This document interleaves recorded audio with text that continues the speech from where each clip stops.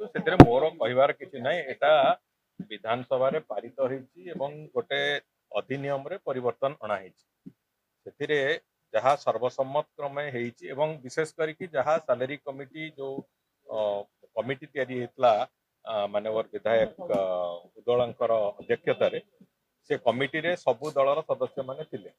से माने जहाँ सजेस्ट करथिले तांकरी सजेशन को विधानसभा रे अणा जाइतला एवं गोटे अधिनियम रो हिसाब रे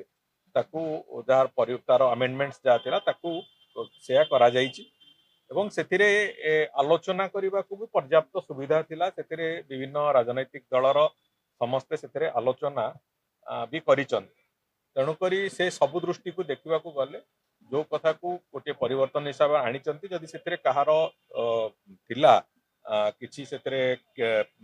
विरोध प्रकट करिवार किंबा मना करिवार थिला से कथा को सेतेबेले जदि से विधानसभा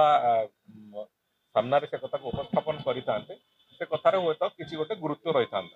बाहर को बाहर विभिन्न प्रकार रंग रूप देकी सरकार को वर्तमान आंगुठी देखबार मु भावुँ कौन उद्देश्य ना जो कथा पूर्वतन मुख्यमंत्री जो कथा उपस्थापन कले जे मुझे गरीब लोक को दि जाऊ बोली दल भी से चर्चा आलोचन करता जदि से कौन जगार से असहमत होता दल ताहले जना पड़ता ये कथार किसी वास्तवता अच्छी